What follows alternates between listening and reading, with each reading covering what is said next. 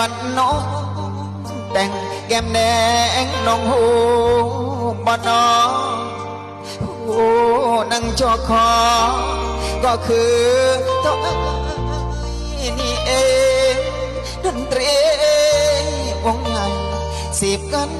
ห้องบันเลงพร้อมโดยเสียงเพลงอวยพรแก่คุยว่า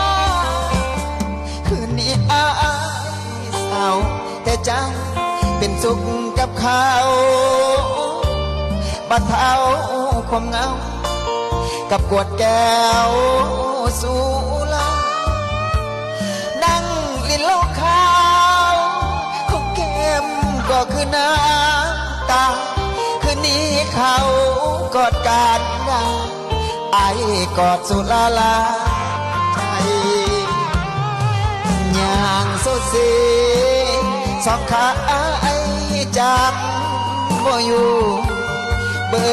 ดประตูสู่เบิดรุนทางแก้ไขจะไปอ่อนวอนมันก็สวยเกิ